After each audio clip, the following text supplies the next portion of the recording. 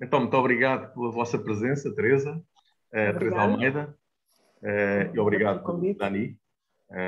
A Teresa é uma amiga trabalhadora nestas praias das várias cooperações onde tu estás metida, e de facto há várias cooperações, não há só uma, nós cooperamos todos em vários níveis, e a Daniela é uma recente amiga ligada ao projeto da cooperação. Então, eu passo a falar um pouco dos currículos, porque acho que é interessante, para perceber exatamente quem é que temos à frente. A Teresa Almeida é mulher, é mãe de 2 filhos e acredita que a vida é uma aventura.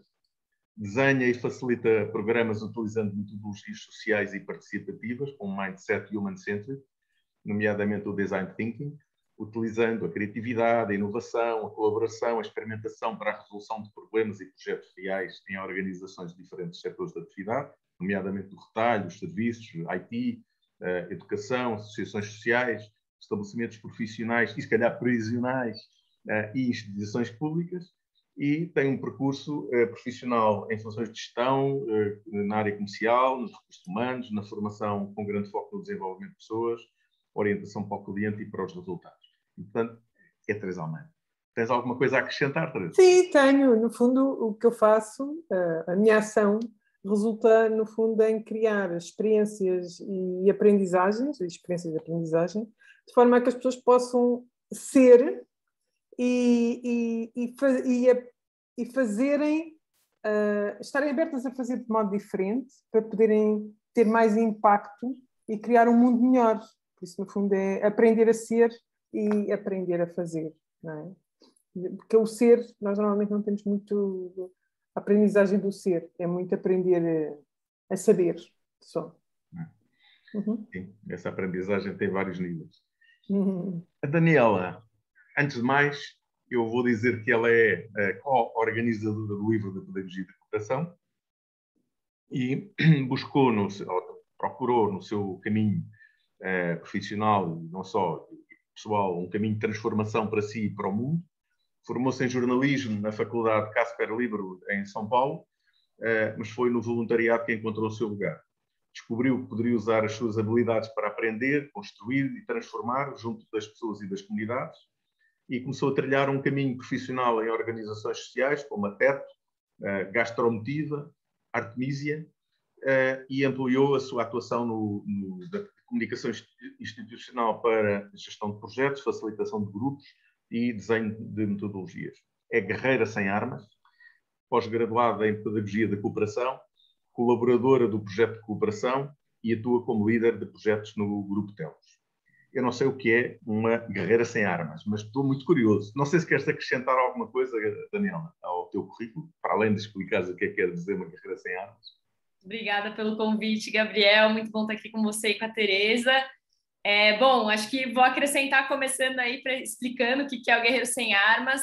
É uma formação para jovens feita aqui no Brasil, mas que conta com a participação de jovens do mundo todo, inclusive jovens portugueses, e que tem como grande objetivo mostrar, falar sobre empreendedorismo social e apresentar uma metodologia de construção com comunidades, né, de realização de sonhos das comunidades em parceria com os moradores e moradoras desses espaços. Então, é uma formação vivencial feita pelo Instituto Elos, aqui no Brasil, que acontece durante, né, uma imersão de 30 dias, normalmente na cidade de Santos, que é litoral aqui de São Paulo, e é uma possibilidade maravilhosa desse mergulho, né, muito conectado com isso que a Teresa falou, muito para a gente aprender a ser, para poder junto fazer, né, realizar. Então, foi uma mudança, assim, né? Foi uma experiência que mudou muito a minha vida e que me levou também para o projeto de cooperação, assim. Então, o fato de eu estar aqui hoje, né, de ter sido co-organizadora desse livro, também tem muito a ver com esse processo que eu passei nessa formação do Guerreiro Sem Armas. Uhum. Excelente.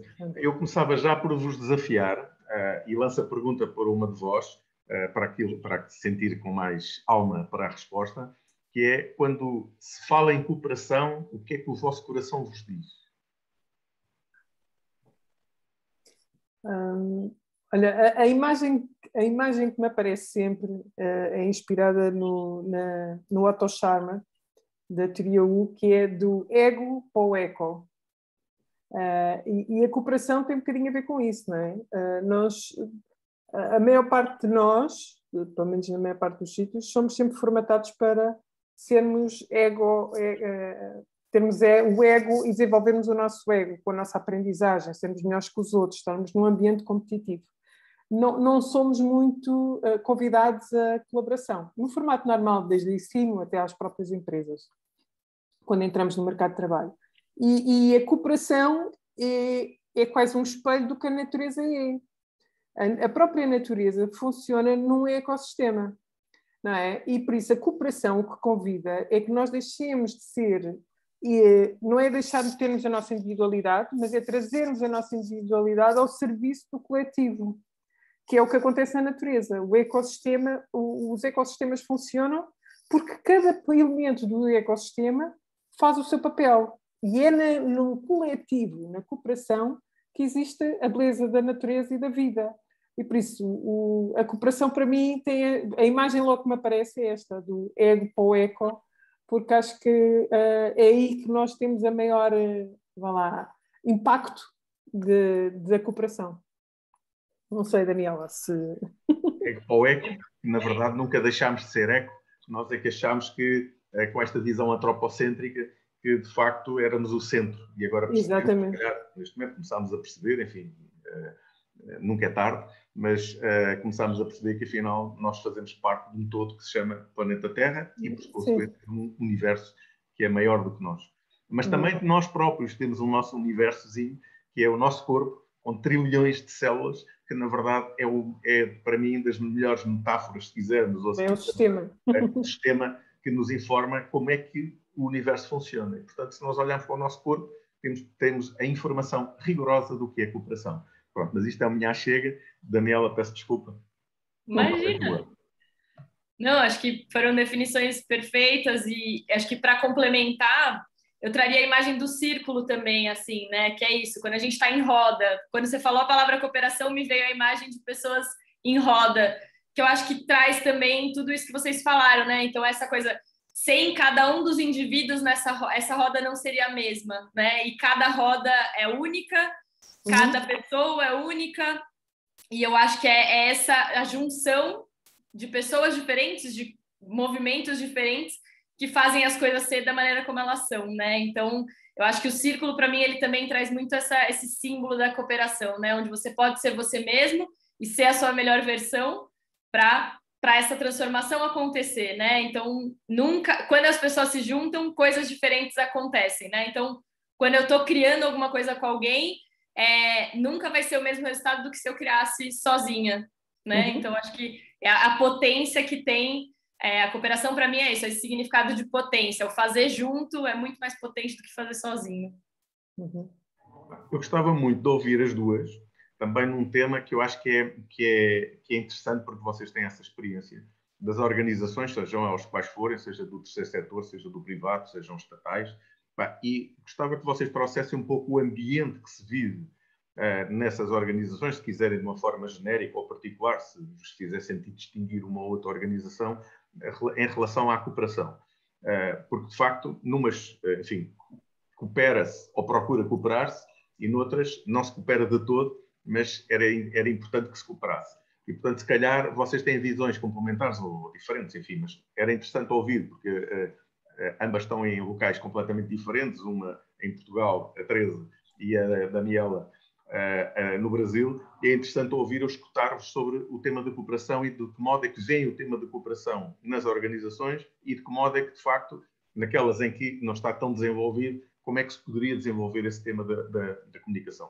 Claro, Teresa, se quiser juntar àquilo que é a tua especialidade, entre várias, o design thinking, sente-te à vontade para o fazer. Sim, a minha experiência em empresas de diversas dimensões, desde com estruturas mais tradicionais do que aquelas mais orgânicas, de diferentes áreas de negócio, é que as empresas estão a ver que a maneira como estão a fazer as coisas não funciona. Estou a sentir que há ali qualquer coisa que tem que mudar.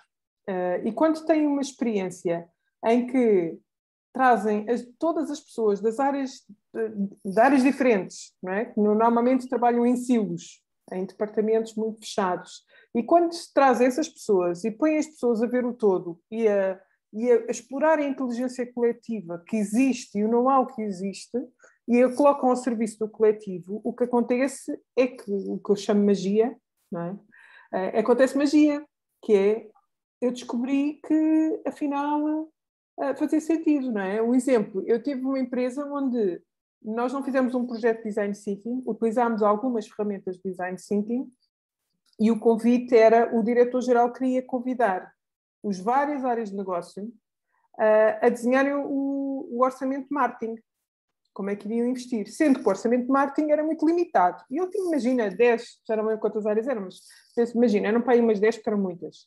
E todas pediam, tipo, orçamento de Estado, quando fazem o orçamento para o governo, não é? Que é, pediam, eu quero isto para o meu departamento, eu vou vender isto, mas preciso de X de marketing. E quando perceberam e somaram as parcelas todas, chegaram à conclusão, não temos este dinheiro nem pouco mais ou menos. Então, como é que coletivamente conseguimos ter sinergias? Como é que conseguimos repensar este orçamento de marketing de maneira a que sirva a todos, mas que potencie as sinergias que o coletivo pode ter? Não é? E quando fazemos este convite, as pessoas dizem, isto é a primeira vez que eu estou a fazer isto. Como é que nós temos tanta força? Não é? Como é que cada um, individualmente, no seu departamento, pensa que está a fazer colaboração com a sua equipa, não é? Mas está fechada em si própria. Quando abre, descobre que há mais mundo. E o impacto é a tal magia, não é? E, pá, nós temos muito mais força no coletivo do que eu estar fechada aqui no meu silo. Por isso, esta é uma experiência, pronto, e isto acontece também quando, por exemplo, com empreendedores em que tenho a minha ideia de negócio, que é quase um filho, não é? Há uma relação quase paterna ou materna, quase de cuidar daquele filho, e quando alguém questiona alguma coisa, é o meu filho, não é? E quando as pessoas têm um espaço seguro para trabalharem com o coletivo e alguém vai falar sobre o filho, a coisa expande-se. E as pessoas descobrem que podem fazer mais, descobrem novas formas, questionam-se a si próprias, por isso, ou seja, levam a um desenvolvimento não só individual, mas também do próprio projeto. Por isso, há aqui impactos que são da cooperação que são muito grandes, pelo menos pela minha experiência. Dani. Boa. Eu acho que da perspectiva de escolas, por exemplo, que eu já fiz alguns trabalhos com escolas, assim, a escuta se torna algo fundamental nesse processo, né, de cooperação, para a cooperação de fato acontecer. E às vezes é uma coisa tão simples, fazer uma roda de conversa para escutar os desejos dos alunos. E acaba sendo tão surpreendente porque não existe essa prática. Então, acho que muito também na linha do que a Teresa falou, né, de juntar todas as áreas para pensar no orçamento de marketing, é a mesma coisa. Vamos juntar toda a comunidade escolar para pensar, sonhar como é a nossa melhor escola, qual é a escola que a gente quer. Então, eu acho que tem uma potência, né? É essa magia mesmo, né? É uma coisa mágica, porque parece uma coisa tão simples. Você sentar em roda e ouvir pais, alunos, as pessoas que cuidam da escola, a secretaria, que não é todo mundo que está dentro da sala de aula, mas todo mundo faz parte dessa comunidade, né? Então, como é transformador a escuta, abrir o espaço para a escuta e, de fato, a partir disso, criar soluções, criar projetos em conjunto, né? E aí envolvendo todo mundo que também faz parte dessa história. Então, eu acho que tem ainda uma mentalidade de competição que é muito presente em várias organizações, em várias, mesmo dentro de escolas. Minha sala tem que ser melhor que a outra sala, né? Assim, acho que isso existe. Mas quando é apresentado, quando um professor, quando um aluno, né? Quando tem ali alguém que lança essa faísca de vamos fazer junto, a coisa se transforma, né? Então, acho que já passei por alguns processos de formação de professores, ou então de trabalhar com secretarias de educação, né, que é o órgão público aqui do Brasil que cuida das escolas municipais, estaduais, e que quando começam a ouvir o que a comunidade escolar tem para falar, a vida escolar se transforma, né? A potência daquela escola, a parte técnica, né? O currículo, como é que você desenha um currículo de uma maneira colaborativa, o que as crianças querem aprender, o que é importante na Bahia ter de conteúdo, que não é diferente para Porto Alegre, né? Então, acho que tem essa possibilidade de também garantir que os desejos individuais sejam atendidos em processos de colaboração. Então, acho que de novo, né, esse movimento do individual para o grupo, que é muito interessante de perceber, e essa virada de chave mesmo, porque acho que é um processo, né? Perceber que, nossa, é muito mais legal fazer junto do que fazer sozinho. Mas tem uma caminhada para isso acontecer, e acho que é viver o processo na prática, né? Não adianta você dar uma aula sobre cooperação. É você sentar em roda e falar, vamos aqui desenhar, vamos pensar, concordo, não concordo, porque tem que ter tem momentos de conflito também, né? A cooperação, ela não é só, que lindo, né? Eu gosto do rosa, você gosta do azul, tá tudo bem. Não é só isso, né? Tem também momentos de dificuldades, e que quando eles também são ultrapassados, né, são vencidos pelo grupo, isso também fortalece muito as pessoas que estão juntas ali trabalhando, né? Tem que ser desconstruída, ou seja, no fundo é quase desconstruir a forma como as pessoas trabalham, não é? Porque se estão habituadas a trabalhar individualmente e depois são expostas, porque há essa reação, não é? Eu, por exemplo, sinto muito, por vezes, quando as pessoas vão aos workshops ou às formações, muitas vezes, como as pessoas têm que participar e não estão habituadas ao formato. Aliás, quando começam e perguntam-se a expectativa, eu vim cá ouvir. Por isso, ou seja, há muita expectativa de que alguém me vai dizer como é que eu tenho que fazer, porque eu não estou habituada a que me escutem. E por isso, quando se é criado esse espaço de escuta, há um próprio processo interno de cada pessoa, não é? Que é ter um espaço de confiança para poder partilhar e para saber até onde é que partilha. E ainda por cima, quando está entre pares, não é? Ou não está entre pares e ter tanta força naquele grupo, naquele coletivo, independentemente da função que desempenha. Porque todas as vozes são válidas, e por isso isto é um processo que vai evoluir, não é?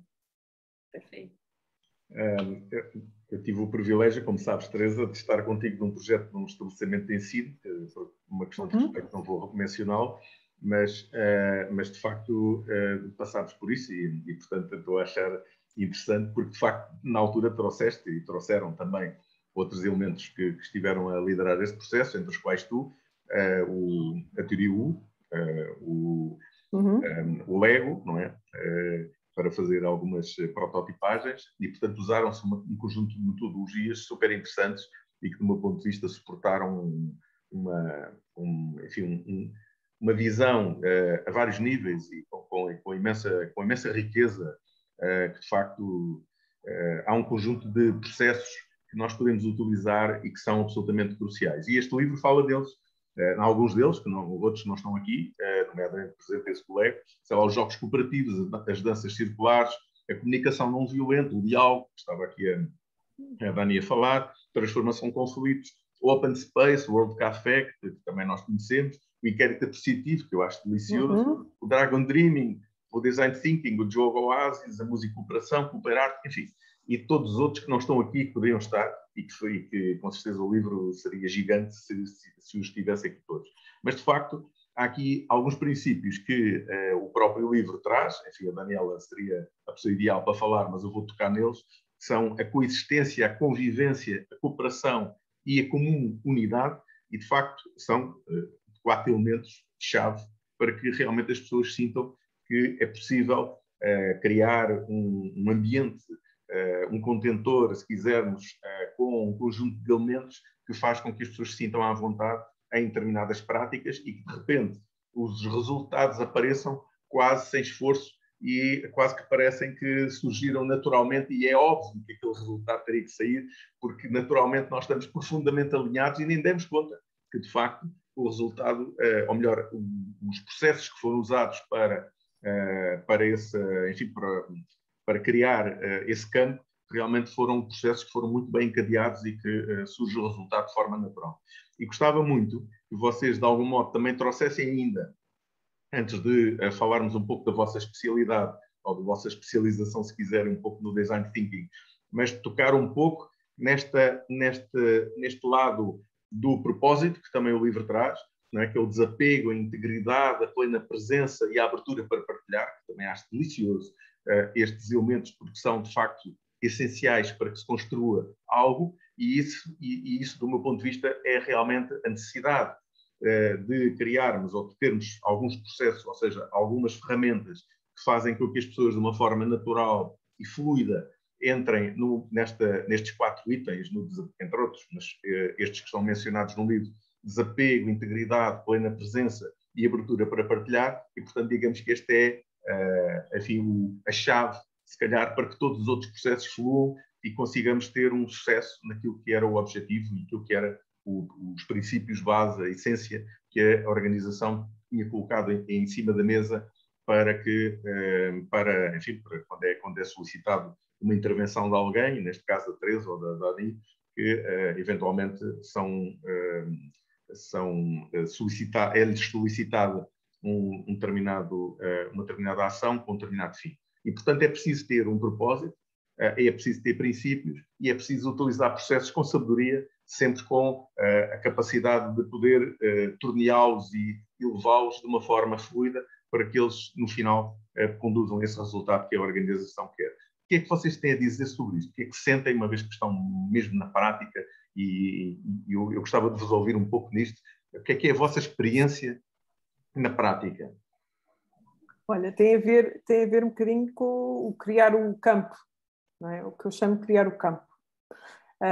E no criar o campo, a primeira coisa é aquela que a Daniela estava a falar, que é ter o círculo.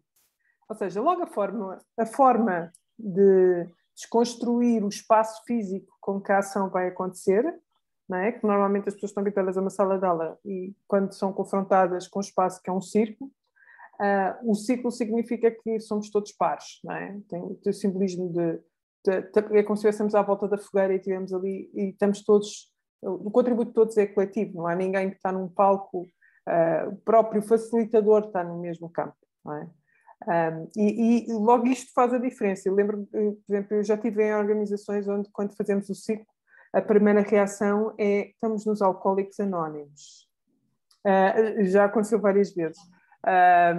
E no final, eles depois fazem a versão de: isto é a nossa conversa dos anónimos, não é? Põem um simbolismo. Mas sentem, neste grupo, por exemplo, que começou o dia em que começámos logo as apresentações individuais, as expectativas, tudo foi em círculo, isso as pessoas tiveram, e em que são definidos os princípios ou as regras em que vamos funcionar. E houve esta reação, que parece um bocadinho irreverente, não é? Somos só Alcoólicos Anónimos, mas no final do dia a pessoa disse: isto foi a melhor parte, termos estado em círculo e podermos conversar. Não houve ninguém que teve aqui com mais poder ou menos poder, não é? Porque esta equidade traz quase que a valorizar cada um dos indivíduos, porque o próprio círculo com um buraco, não é? Se não tiver lá um elemento, se o círculo não estiver fechado, tem um significado. Não é? E por isso isto, simbolicamente, e nós somos muito estimulados pela parte visual, o significado de termos estas estruturas. Por exemplo, eu facilitei alguns diálogos num programa internacional que era online. E nós tínhamos uma plataforma, era online, era para estudantes universitários, e a plataforma permitia estarmos em círculo, que é uma coisa que eu achei brilhante. Como é que online, por exemplo, no Zoom nós não conseguimos ter isto, e faz toda a diferença. Faz toda a diferença. Aquilo tinha o círculo em que estávamos as nossas carinhas, tal como estamos aqui, mas em círculo, tinha o chatbox no meio, em que podíamos conversar e toda a gente via, não é? Mas tudo faz toda a diferença a maneira como nos estamos a ver. Não é? Porque aqui estamos uns em cima e outros em baixo. Não é? E eu acho que esta parte de criar o campo e de criar com pequenas coisas que são visuais, que são ditas, que são expressas, com até alguma informalidade que se cria no campo, não é? na linguagem que utilizamos, faz a diferença para conseguirmos termos estes princípios, não é? Presentes ao longo de toda a ação de formação. Perfeito. Eu acho que também, complementando isso que a Teresa trouxe, né? Quando a gente pensa na proposta da pedagogia da cooperação que envolve os princípios, as virtudes, e tem as 7 práticas, né? Então, tem uma trilha que é proposta que procura trazer também é uma ordem, né, dos acontecimentos que também ajuda a criar, junto com esse campo, né, vai evoluindo. Então, do mais simples para o mais complexo, não tem uma figura de um professor, né? Tem a figura do mestre-aprendiz. Então, o tempo todo essa proposta de troca, né? Assim, uma hora eu estou lá falando alguma coisa, dando a minha opinião, trazendo um conhecimento que é meu, outra hora outra pessoa vai ter esse papel. Então, tem o papel do focalizador, do facilitador, que é a pessoa que vai ajudar a conduzir esse processo, mas ele também divide para que o grupo crie, né? Para que o grupo tenha protagonismo, né? Então, é um pouco isso do que a Teresa falou também, não tem essa hierarquia, né? Um sabe mais, o outro sabe mesmo. A gente está em roda, a gente está todo mundo junto. Então, acho que o percurso das 7 práticas, né? Então, o contato, o contrato, as inquietações, alianças e parcerias, soluções, projetos de cooperação e celebração, né? Que são as 7 práticas da pedagogia, é uma proposta que também é como se fosse uma espiral evoluindo, né? Dentro desse campo, a interação entre as pessoas, né? Então, não é imediatamente. Cada grupo é um grupo. Tem grupo que vai se conectar imediatamente, vai ser, nossa, um encontro celestial, e tem grupos que não, que isso vai ser gradativo, que isso vai acontecendo ao longo do processo. E aí, tanto os princípios quanto as virtudes, elas acabam permeando todo esse processo, né? Porque... E cada pessoa também vai sentindo isso de uma maneira diferente, né? Tem gente que vai desapegar mais fácil, tem gente que vai desapegar, vai demorar um pouco mais, né? Desapegar da própria ideia ou de uma atividade, do que aconteceu numa atividade. Então, acho que o tempo todo, né, num processo colaborativo, o grupo ele vai se moldando, né? Ele vai mudando, ele vai se expandindo. Então, eu acho que toda essa proposta, né, da pedagogia e que está ancorada, né? Acho que os princípios, as virtudes, eles ajudam a ancorar todas as atividades que vão ser propostas. E aí, como você falou, né, os procedimentos, que são as metodologias, os processos, desculpa, que são as metodologias, eles também fazem parte, eles ajudam a conduzir todas as atividades que vão acontecer, né? E trazendo também, acho que é uma parte muito da criatividade aí do facilitador, de quem está organizando esse processo, de também sentir o que o grupo precisa. Nesse momento precisa de uma roda de diálogo, a gente precisa conversar, exato, tem um conflito, ou não, vamos partir para um Dragon Dreaming e vamos sonhar o que esse grupo quer construir, vamos sonhar junto, então fazer uma roda dos sonhos. Então, aí eu acho que também é esse apoio, né? Um suporte técnico mesmo das metodologias para fazer essa mágica acontecer. E aí, acho que uma coisa legal que eu acabei não comentando, explicando Guerreiro Sem Armas, é que o jogo Oasis é a metodologia que guia o Guerreiro Sem Armas. Então, aí, só para complementar também essa informação. E nós estamos, no fundo, se olharmos para o Design Thinking, nós estamos, no fundo, aquilo que estamos agora a falar, estamos a falar no âmbito do observar, não é? Estamos na criação de empatia, na consciência do tempo. E, portanto, se vocês agora quiserem continuar esta trilha, digamos assim, do Design Thinking, e gostava de vos ouvir um pouco sobre isso, porque, no fundo, depois há a multidisciplinaridade, o pensamento convergente e divergente. Portanto, são todas as trilhas que vocês têm no Design Thinking, a experimentação e a colaboração, a prototipagem, que a Teresa já havia usar o Lego, o jogo do Lego, e o falhar, perdão, falhar para aprender e os problemas que são desafios, como é que vocês agora encadeiam isto, como se estivessem a explicar a alguém que nunca se soube ou que nunca ouviu falar em Design Thinking, o que é que vocês gostariam de realçar no processo do Design Thinking para que alguém compreendesse? É este mesmo o processo que me interessa para a organização. Embora, claro, com a abertura natural, enfim, dependendo do objetivo que se pretende, mas podem achar que já descobriram qual é a técnica ideal. Eu acho que há aqui, normalmente a maneira como eu explico o Design Thinking é parte do mindset, de como é que nós vamos funcionar como grupo. E é ter a abertura de experimentar trabalhar com este mindset, em que, no fundo, vamos estimular a curiosidade, vamos estar de mente aberta para sermos curiosos, para irmos explorar, não é? Vamos trabalhar juntamente com áreas que nós desconhecemos, mas que têm uma perspectiva diferente da nossa e que é tão válida como a nossa, não é?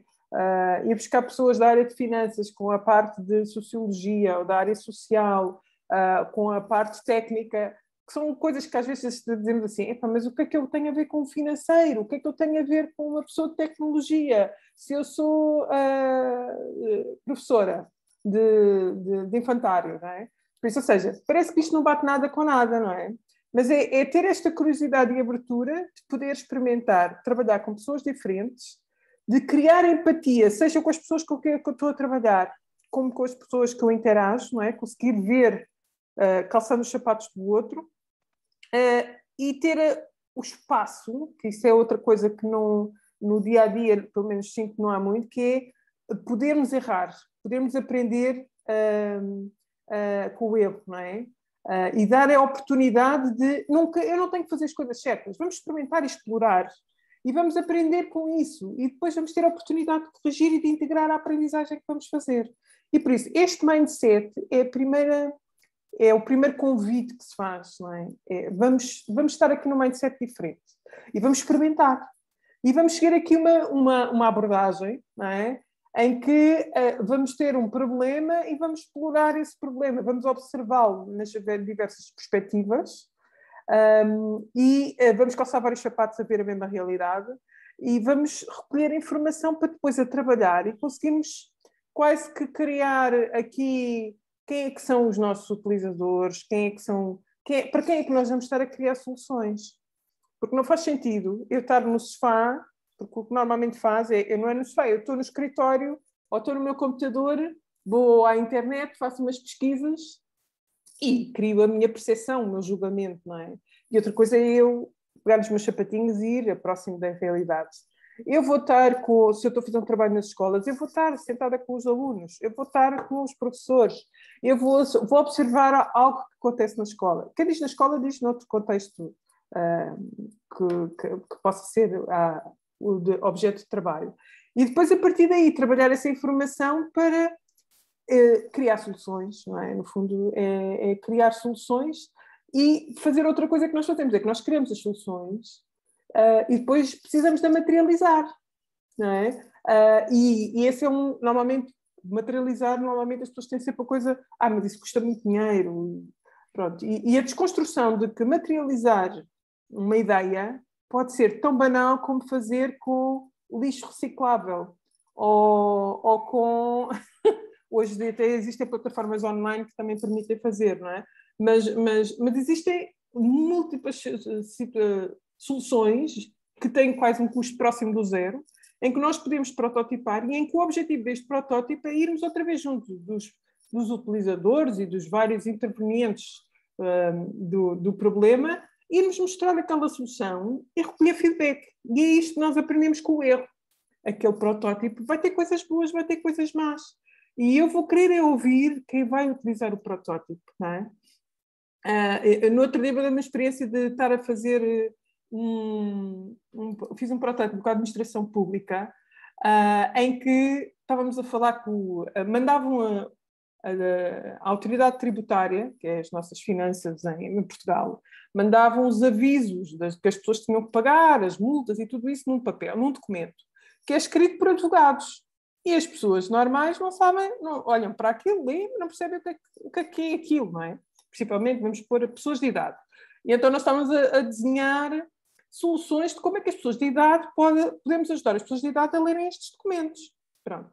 E uma das coisas que se descobriu era criar na comunidade local onde as pessoas vivem um apoio com as juntas de freguesia, que são o governo local, juntamente com pessoas da autoridade tributária que percorrem as terras para cobrar dívidas ao Estado.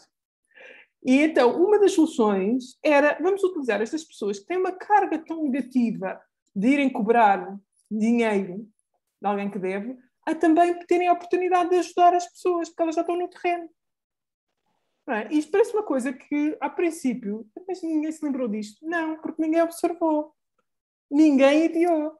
E por isso daqui surgiu uma solução. A seguir vamos prototipar e vamos recolher. Olha, isto ajudava. Tem que ser uma pessoa de confiança. Não é? E estas coisas são... Ou seja, o impacto que têm, muitas vezes são coisas pequeninas, mas são coisas que têm bastante impacto. São formas diferentes de resolver os desafios e os problemas locais. Isso seria assim. Eu acho que para complementar isso que a Teresa trouxe, para mim é essa coisa das perguntas, né? A arte de perguntar, não ter medo, não tem pergunta errada. E o quanto mais perguntas você fizer, mais respostas você vai ter e vai chegar a lugares novos, né? Então, acho que o poder das perguntas de te levar a lugares novos é muito importante. Aí, acho que tem a coisa do desapego, que é um pouco esse desapega, não vai ter o protótipo perfeito logo de cara, começa simples, do mais simples para o mais complexo, que é uma coisa que a gente fala bastante na pedagogia também. Começa simples, vai, testa, entende, deu certo, o que deu certo, o que deu errado, o que pode melhorar, volta, faz uma segunda versão. Então, acho que é uma abertura para poder errar e também esse desapego, né? De sai, faz, bota na rua e depois aprende com aquilo e vai melhorando até chegar numa versão que nunca vai ser a versão final, né? Vai ser a versão final para aquele momento. Outras necessidades vão surgir, outras coisas vão acontecer e que aquela versão final também, mais para frente, provavelmente vai acabar mudando. Então, acho que é muito importante que todas as pessoas também possam ser elas mesmas, né? Então, essa busca pela integridade, que também é uma virtude aí da pedagogia, que é não ter medo de errar, não ter medo de trazer perguntas que possam ser inadequadas. Tudo é válido nesse processo em que você está descobrindo e entendendo melhor um problema e depois criando uma solução que, de fato, vai endereçar esse problema, né? E que eu acho que esse processo também, ouvir pessoas diferentes, vai acabar trazendo novas perspectivas, né? Novas visões sobre o mesmo assunto e às vezes você vai descobrir que o problema que você estava achando que era um problema é, na verdade, outra coisa. É um outro problema que precisa ser resolvido. Então, acho que faz parte nesse processo do Design Thinking toda essa movimentação, né? E acho que isso se conecta bastante com as virtudes que a gente fala na pedagogia também, que é isso, assim, é poder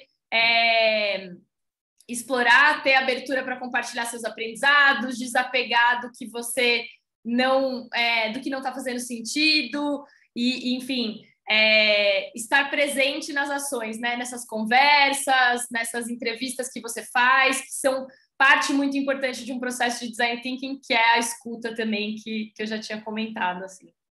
Acho que é por aí. Então, obrigado. Pronto, foi ótimo a vossa explicação, cabal, diria mesmo. Mas melhor que a explicação é a experiência. Sem dúvida. Como a Daniela disse, isto é uma coisa que não se... Ou seja,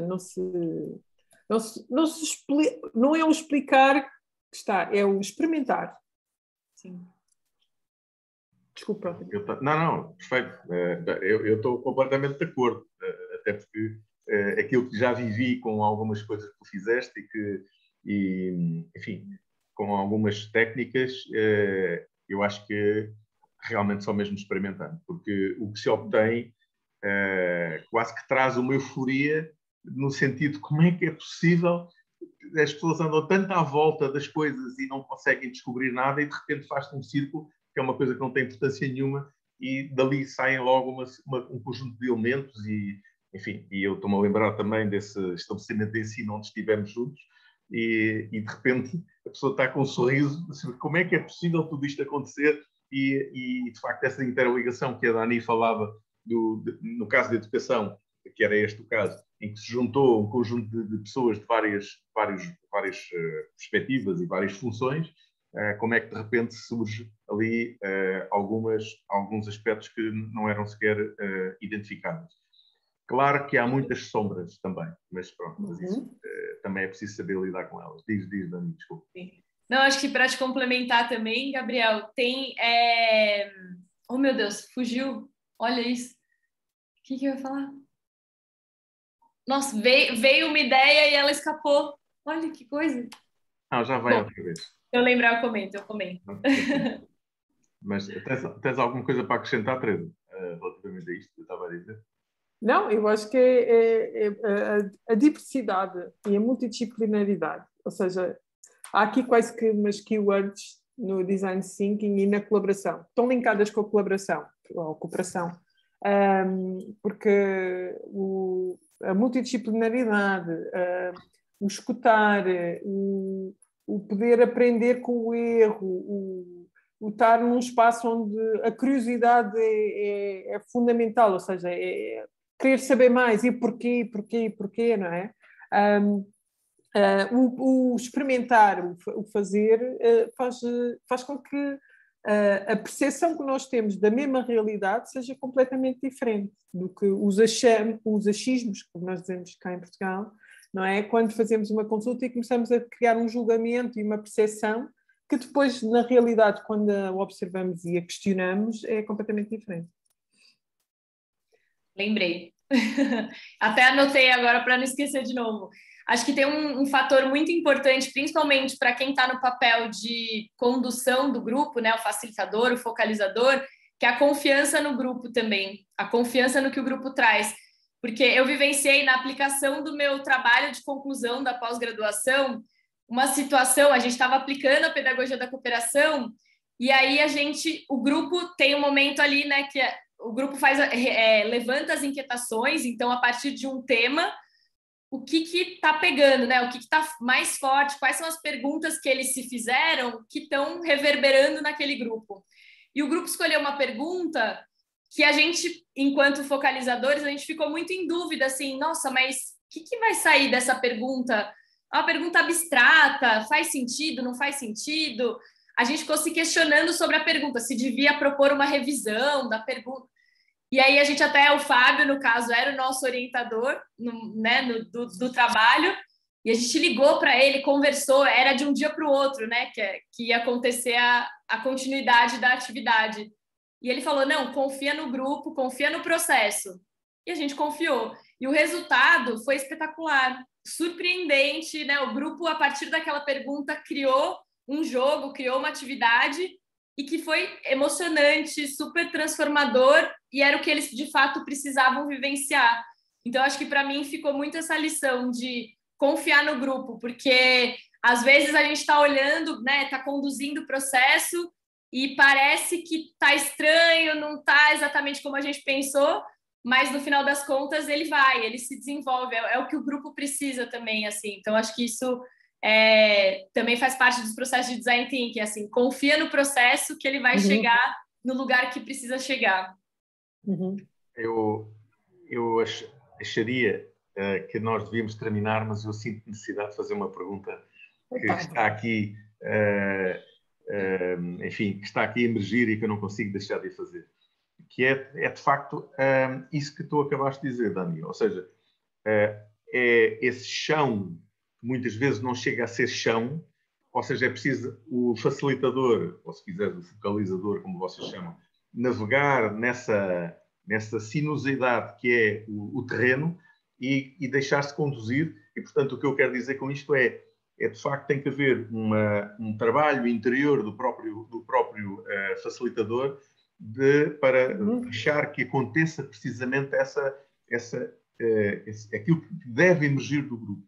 E isso eu acho que é muito interessante, porque o próprio facilitador tem as suas próprias sombras, as suas próprias competências mas é preciso navegar com tudo isso e com o próprio grupo.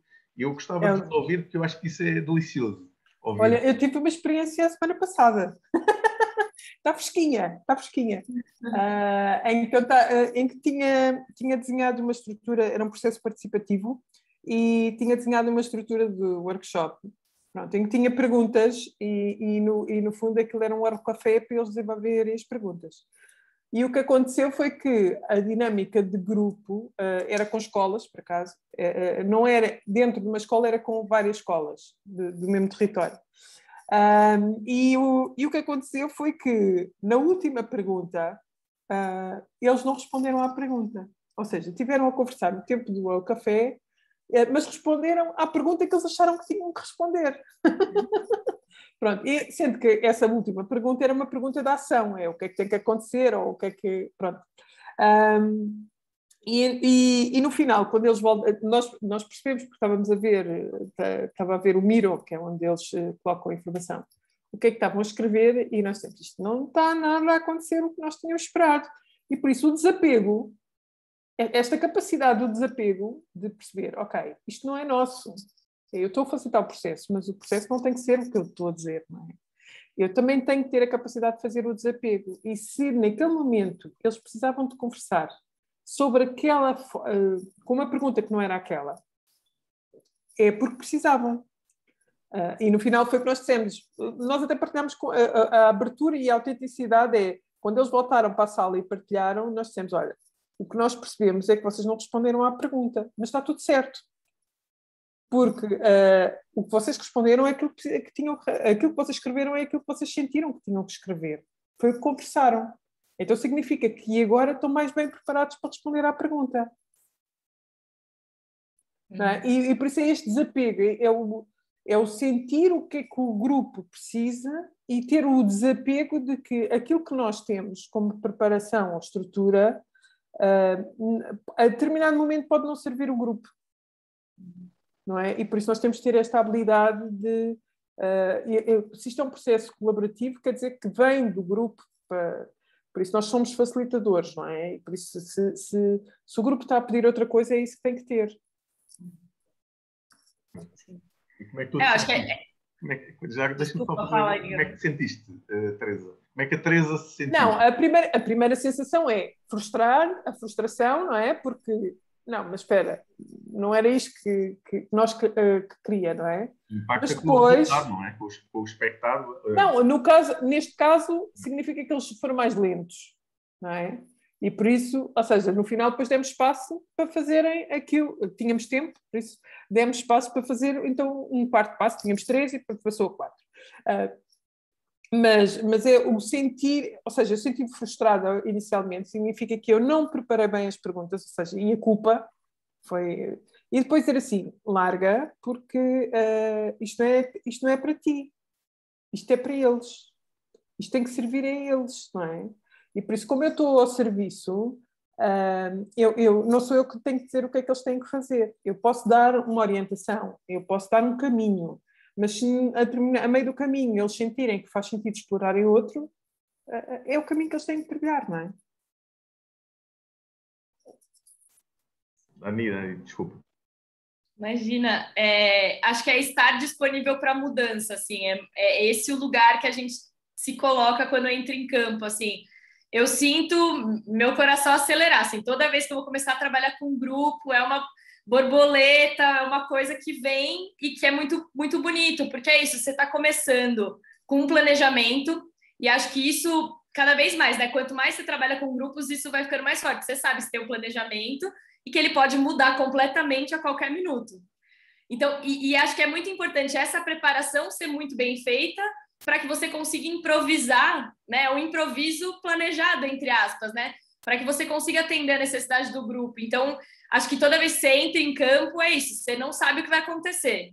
Você tem uma proposta, tem um objetivo claro, né? Do que vai ser esse trabalho, mas o decorrer, né? O que vai acontecer nesse meio de tempo é imprevisível. Então, acho que tem uma coisa da resiliência, de saber lidar com essa imprevisibilidade, saber lidar com o que o grupo vai trazer e o jogo de cintura para... Então, precisa conversar, vamos conversar, precisa de um quarto passo, vamos por um quarto passo, não deu tempo, o que a gente faz? E trazer, acho que ter essa disponibilidade também de trazer para o grupo para a gente pensar junto em alguns momentos, gente, tô vendo que o caminho é A ou B, o que vocês acham? Como é isso para vocês? E, então, a gente também cocria o processo um pouco, sabe? Ao longo da experiência, assim. Então, eu gosto muito. Eu gosto muito. Bom, muito obrigado. E claro, aí também entra a maturidade, que é aquilo que vocês já têm, e portanto essa lidação, essa forma de lidar com os grupos também requer maturidade e requer experiência e portanto também navegar nessa, como muitas vezes nós usamos aqui essa expressão do navegar na maionese, isso requer experiência, porque não é uma coisa que se adquira do momento para o outro. E portanto, voltando um pouco só aquilo que a Teresa disse há bocado, na realidade, claro que é possível pegar neste livro e transformá-lo numa coisa prática e, se calhar, ter algum êxito, mas, na verdade, é preciso um facilitador que perceba daquilo que está a fazer para que o resultado possa ser, ou, inclusive, transcender aquilo que a própria organização pretendia inicialmente. E, muitas vezes, estas coisas, estas práticas, transcendem claramente aquilo que era o objetivo inicial e também é preciso da parte da própria organização perceber que o resultado pode não ser aquele esperado, mas pode ultrapassar largamente aquilo que é esperado, no sentido positivo, porque de facto traz muito mais informação, muito mais cor, muito mais coesão, muito mais cooperação entre as pessoas e isso eu acho que é super interessante. Muito obrigado às duas. Obrigado, Teresa. Obrigada pelo convite. E foi um prazer conhecer a Daniela. Prazer, Teresa. Obrigada, Gabriel. Foi um prazer ter-vos aqui. Muito obrigado. Adeus. Tchau. Beijo.